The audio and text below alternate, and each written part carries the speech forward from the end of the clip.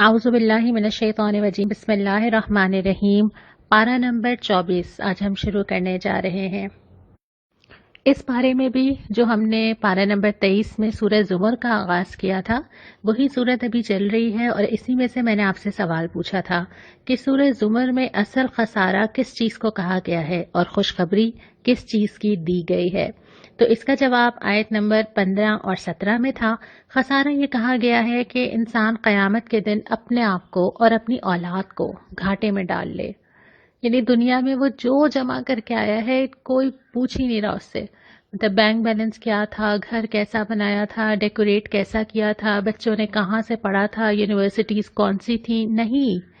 اللہ کے معاملے میں، دین کے معاملے میں اگر وہ خود یا اس کے بچے پیچھے رہ گئے تو اس سے بڑا پچھتاوا اور کوئی نہ ہوگا۔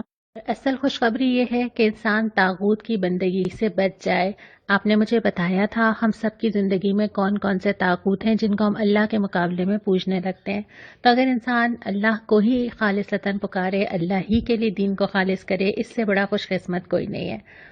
اب ہم پارہ نمبر 24 میں آ جاتے ہیں۔ شروع ہوتا ہے ایک سوال کے ساتھ، بہت ہی پیارا سوال۔ کیا اللہ اپنے بندے کے لیے کافی نہیں ہے؟ اتنی ساری چیزیں اللہ تعالیٰ نے گنوا دیں، تمہیں دے دیں، تم سے محبت کرتا ہے، تمہارے ساتھ رحمت کا تعلق ہے، تمہارا اپنے اوپر حق سمجھتا ہے، ابھی بھی تیار ہے، آ جاؤ، پلٹ آؤ، جو چاہو دے سکتا ہے، حالات بدل سکتا ہے، پریشانیاں دور کر سکتا ہے، بیماری دور کر سکتا ہے۔ کیا وہ ایک کافی نہیں ہے کہ انسان اس کی عبادت کرے خالصتاً؟ کیا یہ بہت مشکل کام ہے؟ یہ اللہ تعالیٰ کا سوال ہے۔ اور پھر اس کے بعد فرمایا کہ بھروسہ، جو اہل ایمان ہے نا وہ تو اللہ پہ ہی بھروسہ کرتے ہیں ان سارے معاملات میں۔ اس کے بعد پھر مثال دی گئی ہے کہ جیسے اللہ تمہاری روح قبض کرے گا تو کیا روزانہ اللہ نہیں کرتا؟ کیسے ہم نیند کی حالت میں جانتے ہیں، کیسے ہم بالکل سٹل ہو جاتے ہیں، اور پھر کیسے ہم اٹھ کے دوبارہ کھڑے ہو جاتے ہیں۔ یہ روح کا لینا اور روح کا واپس ڈالنا یہ تو اللہ تعالیٰ روز دکھا رہا ہے ہمیں۔ اور اس کے بعد بھی فرمایا کہ دیکھو اللہ تعالیٰ کا اختیار ہے ان ساری چیزوں پہ جنہیں تم دوسرے لوگوں سے مانگتے ہو، اللہ کے ساتھ دوسرے شریک بنا لیتے ہو، دوسرے لوگوں کے سامنے ہاتھ پھیلاتے ہو، وہ اللہ دے سکتا ہے، اللہ شفاعت کر سکتا ہے، اللہ تمہارے گناہ معاف کر سکتا ہے، اللہ آخرت کے تمام اور دنیا کے بھی تمہارے تمام فیصلے کر سکتا ہے، اور رزق دینا تو ہے ہی اللہ کے ہاتھ میں۔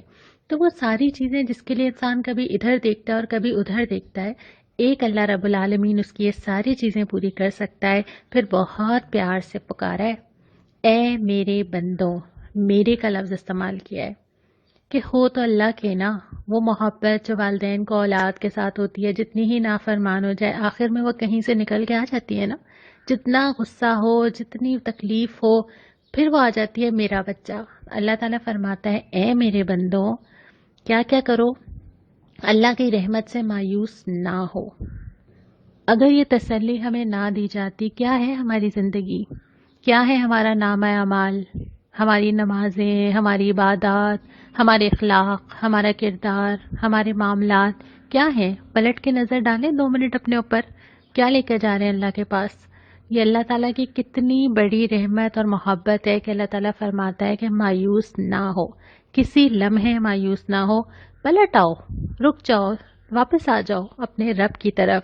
چاہے زندگی جتنی بھی گزر گئی ہے نا، اب اللہ جانے ہم سب کی زندگیاں کتنی باقی ہیں، کتنی ہو گئیں، کتنا موقع آگے نیکی کرنے کا ملے گا کہ نہیں ملے گا، لیکن اس وقت آج پلٹ آؤ اپنے رب کی طرف، مطیع ہو جاؤ، مان لو اللہ تعالیٰ کی اطاعت اختیار کرو، اللہ تعالیٰ کی کتاب کی پیروی کرو، جو اللہ تعالیٰ نے لکھ کے دے دیا نا جنت کی طرف آنے کا راستہ، اس کو پکڑ لو، اللہ تمہارے سارے گناہ معاف کر دے گا۔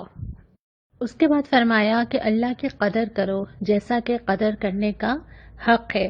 قیامت کے دن کا پورا نقشہ کھینچا گیا، کیا ہوگا، لوگ جمع ہوں گے، حق کے ساتھ، انصاف کے ساتھ پورا پورا بدلہ چکا دیا جائے گا، کفار کو، مشرکین کو، اللہ سے باغی لوگوں کو بھی بدلہ مل جائے گا اور مومنین کو بھی مل جائے گا، اور وہ بہت خوش ہوں گے۔ اور اللہ تعالیٰ نے جو جملہ ان کا کوٹ کیا نا کہ وہ کہیں گے شکر ہے اس خدا کا جس نے یہ وعدہ سچ کر دکھایا۔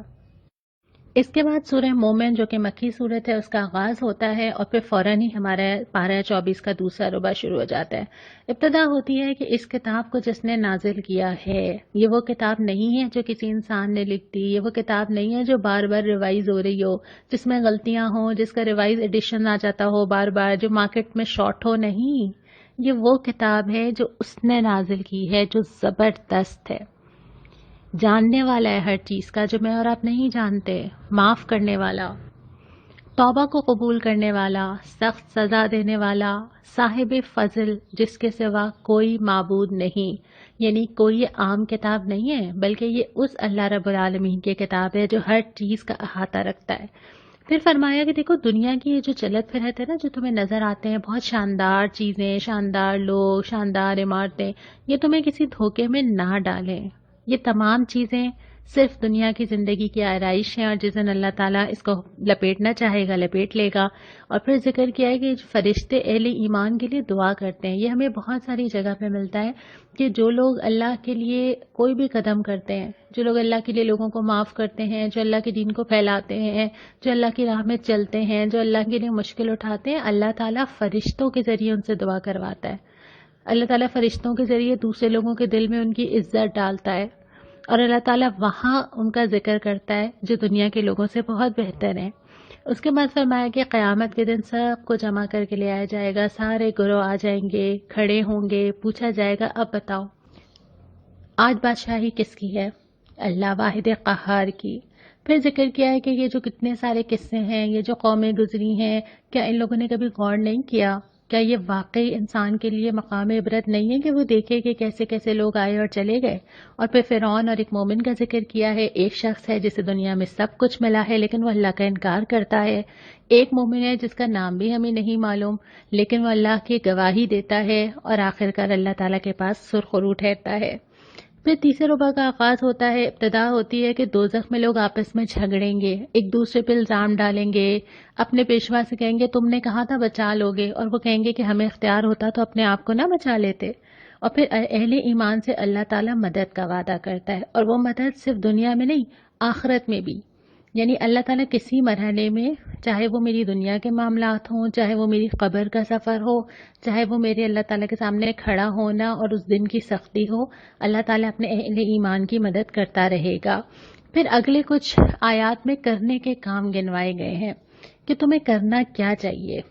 صبر بہت دفعہ ہم نے پڑھا، اپنے قصور کی معافی چاہو، یہ ہم سب کی ضرورت ہے. روزانہ ارادہ باندھتے ہیں، توڑ دیتے ہیں، قدم آگے رکھتے ہیں، پیچھے آ جاتے ہیں، پھر گناہ ہوتا ہے، پھر سوچتے ہیں ہم نہیں کریں گے، اور اگر اللہ یہ نہ لگتا تو پھر ہمارے ساتھ کیا ہوتا. پھر یہ کہ صبح شام اپنے رب کی حمد اور تسبیح کرو، اللہ کی پناہ مانگو. اللہ کی پناہ مانگنا بہت ضروری ہے کیونکہ جس دور میں ہم ہیں صبح شام فتنے ہیں. پھر ہمارے ساتھ شیطان بھی ہے، پھر ہمارے ساتھ ہمارا اپنا نفس بھی ہے، پھر اور بہت سارے لوگ بھی ہیں جو گمراہ کرتے ہیں، پھر دنیا کی مشغولیات بھی ہیں. تو اللہ تعالیٰ سے مانگا جائے کہ اللہ مجھے اپنی حفاظت میں لے لیجئے. اس کے بعد فرمایا کہ تم مجھے پکارو نا، میں تمہاری دعائیں قبول کروں گا. جو چاہیے، مدد کی ضرورت ہے، اگر دین کے راستے پہ بھی چلنا ہے تو پہلے اللہ کے سامنے کھڑے ہو جائیے کہ اللہ تعالیٰ آپ نے مدد کرنی ہے میری، میں نے قدم رکھنا ہے اور آپ نے مجھے تھام لینا ہے. قرآن پڑھنا ہے تو اللہ سے مانگیے اللہ آپ نے سمجھانا ہے. گھر کی کوئی ضرورت ہے، کوئی بیماری ہے، کوئی پریشانی ہے، بس جیسے ایک لاڈلا بچہ ماں کے پیچھے پڑ جاتا ہے نا کہ آپ نے دینا ہے، ایسے اللہ تعالیٰ سے اس ناز کے ساتھ مانگیے. یقین کیجئے اللہ تعالیٰ رد نہیں کرتا. اس کے بعد فرمایا وہ اللہ ہی تو ہے جس نے تمہیں یہ ساری چیزیں دیں جن جن نشانیوں کا یہاں پہ ذکر ہے. اور پھر سوال کیا کہ کس کس نشانی کا انکار کرو گے؟ اپنے وجود کا انکار کرو گے، اپنے کھانے کا، اپنے ملنے والے رزق کا، جس زمین میں ٹھہرے ہوئے ہو اس کا، جس موسم میں تم زندہ ہو اس کا، کس کس چیز کا انکار کرو گے؟ اس کے بعد پھر یہ صورت یہاں مکمل ہوتی ہے اور چوتھا ربع شروع ہوتا ہے اور سورہ حمیم سجدہ شروع ہو جاتی ہے. سورہ حمیم سجدہ میں سب سے پہلے ابتدا ہوتی ہے کہ قرآن کا مقصد نزول، یہ جو اللہ تعالیٰ نے کتاب نازل کی ہے یہ کس لیے آئی تھی؟ کیا یہ اس لیے آئی تھی کہ میرے گھر میں ایک اوپر ریک ہوگا، اس کے اوپر اس کا نسخہ ہوگا، اور وہ نسخہ بھی وہ ہوگا جو کبھی میری نانی یا دادی نے لیا ہوگا، اور اس کے بعد اس کے اوپر گوٹے کا ایک کور چڑھا ہوا ہوگا، اور میں اس کو جب اٹھاؤں گی تو پھر پہلے میں اس کے اوپر سے خدا نخواستہ مٹی جھاڑوں گی۔ یہ کتاب اس لیے نہیں آئی تھی۔ میں نے پہلے بھی یہ بات کی تھی نا کہ یہ تو میرا مینول ہے جس کو میری سائڈ ٹیبل پہ ہر وقت ہونا چاہیے۔ تو یہ کتاب اللہ تعالیٰ نے بھیجی کیوں تھی؟ علم رکھنے والوں کے لیے تھی، بشارت تھی کہ لوگ اس سے خوشخبری نہیں، لوگوں کو پتہ چلے کہ کیا کیا فائدے اٹھا سکتے ہیں وہ دنیا اور آخرت میں، ان کو ڈرائے، خبردار کرے کہ دیکھو یہ غلطی نہ کرو، اپنے آپ کو نقصان پہنچاؤ گے۔ اور اس کے بعد ذکر کیا کہ لوگ اس سے روگردانی کر دیتے ہیں، اس کو توجہ ہی نہیں دیتے۔ اور اللہ نہ کرے کہ ہم ایسا کریں، لیکن جتنی توجہ ہم نے اس رمضان میں اس کتاب کو دی ہے، الحمدللہ آج ہم 24ویں سپارے کے اوپر آ گئے، کیا ہم عام دنوں میں دے پاتے ہیں؟ کیا رمضان گزرنے کے بعد پورا سال یہ کتاب انتظار نہیں کرتی کہ مجھے وقت ملے گا تو میں اس کتاب کو کھولوں گی؟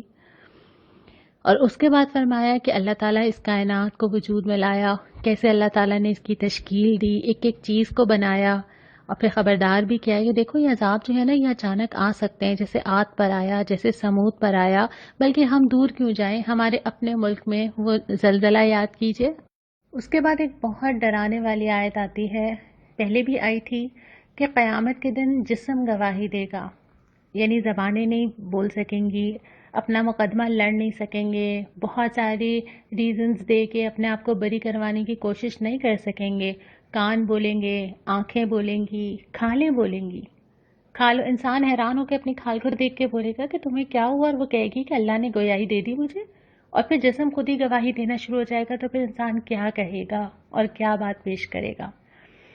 اس کے بعد ایک بہت ہی پیاری آیت، وہ یہ کہ جن لوگوں نے کہا کہ اللہ ہمارا رب ہے اور اس پر ثابت قدم رہے۔ پہلا ٹکڑا تو آسان ہے، سب نے کہا ہے، ہم بھی کہتے ہیں نا اللہ ہمارا رب ہے۔ دوسرا تھوڑا مشکل ہے کہ اس پر ثابت قدم رہے، اس پر جمے رہے، اس سے پیچھے نہیں ہٹے۔ زندگی کے کسی معاملے میں یہ مشکل ہے، لیکن جو لوگ اس کا ارادہ کرتے ہیں، جو لوگ اس راہ پہ استقامت سے چلتے ہیں، کیا کیا وعدہ کیا کہ فرشتے آتے ہیں ان کے اوپر، فرشتے تسلی دیتے ہیں، سکینت نازل کرتے ہیں، دل کے اندر محسوس ہوتا ہے، تسلی دیتے ہیں کہ پریشان نہ ہو، جنت کی بشارت دیتے ہیں، ہم تمہارا ساتھ دیں گے، اور تم اللہ تعالیٰ سے جو مانگو گے روز قیامت تمہیں دیا جائے گا، جس چیز کی تمنا کرو گے وہ تمہاری ہوگی۔ لیکن چاہیے کیا؟ اس دنیا میں یہ کام بہت مشکل ہے، یہ بہت مشکل ہے کہ اگر میں یہ طے کر لوں کہ بس اب میں نے اس سے پیچھے نہیں ہٹنا، اور میں اپنے آپ کو جما کر رکھوں اس کے اوپر، یہی تو چیز ہے جہاں ہم مار کھا جاتے ہیں۔ ارادے تو بہت باندھتے ہیں، پہلے بھی باندھتے ہیں، آئندہ بھی باندھیں گے، اور یہی بات میں نے آپ سے پہلے بھی کہی تھی کہ یہ کہ اس وقت قرآن اٹھانا اور اس کے بعد جب رمضان ختم ہو جائے گا اس کے بعد قرآن کو اٹھانا بہت مختلف چیزیں ہیں۔ اس کی وجہ یہ ہے کہ اس وقت تو ہمیں آسانی ہے، وقت ہے ہمارے پاس، لیکن کیا ہم یہ ثابت قدمی دکھا سکتے ہیں جیسے کہ آپ لوگ چاہ رہے ہیں کہ ہم اور پڑھیں، ہم آگے جاری رکھیں، کچھ نہ کچھ سلسلہ بندہ رہے؟ کیا آپ اپنے اندر یہ ثابت قدمی پاتے ہیں؟ یہ ثابت قدمی ہونا بہت ضروری ہے، دنیا کے کسی بھی معاملے میں ضروری ہے۔ آپ کہیں پہ بھی کوئی کمٹمنٹ کرتے ہیں، آپ اگر شادی ہو کے کسی گھر جاتے ہیں تو آپ ثابت قدمی سے ہی اپنا گھر بنا پاتے ہیں۔ آپ کسی یونیورسٹی میں ایڈمیشن لیتے ہیں تو آپ کی ثابت قدمی ہی ہوتی ہے جو ہر طرح کے حالات میں، ہر طرح کے پرابلمز میں، اسائنمنٹس میں، ہر چیز میں آپ نکل جاتے ہیں اور اتنے سال گزار کے ڈگری لے لیتے ہیں، یہ ثابت قدمی ہوتی ہے۔ آپ کسی بچے کا ایڈمیشن کرواتے ہیں اور آپ اس کے لیے روزانہ صبح اٹھتے ہیں، صبح اٹھتے ہیں، چاہے 6 بجے بھیجنا پڑے، اس کو وین میں بٹھا دیتے ہیں، یہ آپ کی ثابت قدمی ہوتی ہے کہ آپ نے یہ کام طے کیا ہوتا ہے اور آپ کر کے رہتے ہیں۔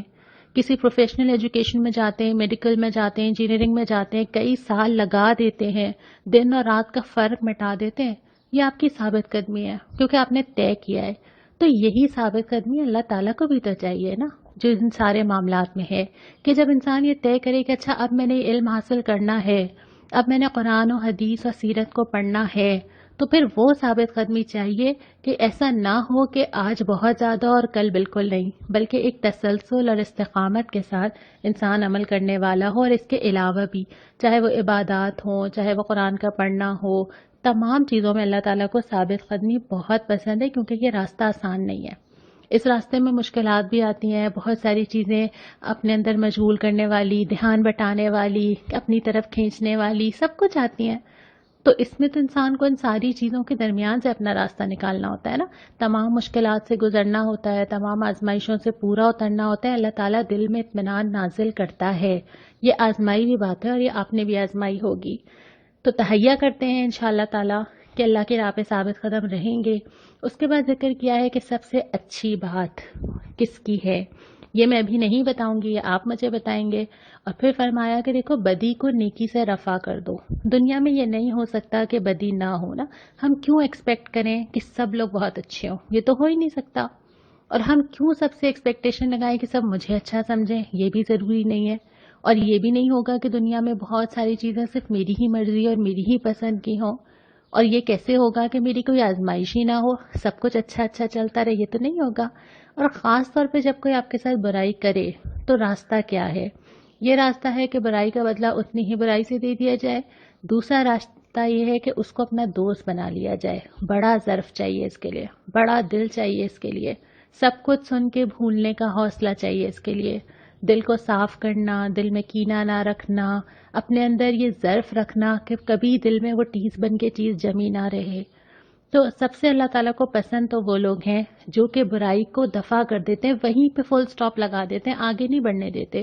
ایک برائی بہت ساری برائیوں کا سبب بن سکتی ہے. کسی نے میرے ساتھ برائی کی، میں نے اس کو جواب میں کیا کہا، میں نے اس کو سنبھال کے رکھا، کسی وقت پہ اس کو تانے کی شکل میں لوٹایا یا کم از کم اپنی باڈی لینگویج سے اظہار کیا، پھر کسی اور سے اس کو ڈسکس کیا، اس کی غیبت کی، پھر اس کینے کو جمع کر کے رکھا، آئندہ کئی موقعوں پر نکالا. تو ایک برائی نہیں ہوتی اگر اس برائی کو وہیں روک دیا جائے. اللہ سے اجر کی توقع کے ساتھ ظرف کا مظاہرہ کر کے یہ سوچ کے کہ اللہ اس کے بدلے مجھے معاف کرے گا، تو وہ راستہ نہیں کھلتا بہت ساری برائیوں کا. اسی لیے اللہ تعالیٰ کو یہ رویہ بہت پسند ہے. پھر آخرت کی نشانیاں اور قیامت کا ذکر کر کے یہ فرمایا کہ دیکھو نیک عمل کرو گے یا برا عمل کرو گے، دونوں صورتوں میں تمہارا فائدہ ہے. جو کرو گے اپنے لیے ہی کرو گے. یہاں پہ سپارہ مکمل ہوتا ہے. اور جو آج کا سوال ہے سورہ حامیم سجدہ میں بیچ میں یہ بات آئی تھی کہ اللہ کے نزدیک سب سے اچھی بات کس کی ہے، یہ آپ مجھے انشاءاللہ تعالیٰ لکھ کے بھیجیں گے. کل جب ہم سپارہ نمبر 25 کا آغاز کریں گے تو پھر ہم اس کو دیکھیں گے. آج کی جو دعا ہے سورہ مومن کی آیات ہیں اور یہ فرشتوں کی دعا ہے جو وہ اہل ایمان کے لیے کرتے ہیں. بہت ہی پیاری آیات ہیں. کیا کہتے ہیں؟ اے ہمارے رب، تو اپنی رحمت اور علم کے ساتھ ہر چیز پر چھایا ہوا ہے. معاف کر دے، عذاب دوزخ سے بچا لے ان لوگوں کو جنہوں نے توبہ کی ہے اور تیرا راستہ اختیار کر لیا. اے ہمارے رب، داخل کر ان کو ہمیشہ رہنے والی جنتوں میں جس کا تو نے ان سے وعدہ کیا. ان کے والدین، بیویاں، اولاد جو صالح ہوں ان کو بھی. تو بلا شبہ قادر مطلق اور حکیم ہے. اور برائیوں سے ان کو بچا لے جس کو تو نے قیامت کے برائیوں سے بچایا، اس پر تو نے بڑا رحم کیا. یہ بڑی کامیابی ہے. اللہ تعالیٰ فرشتوں کی اس دعا کو میرے حق میں بنا دے.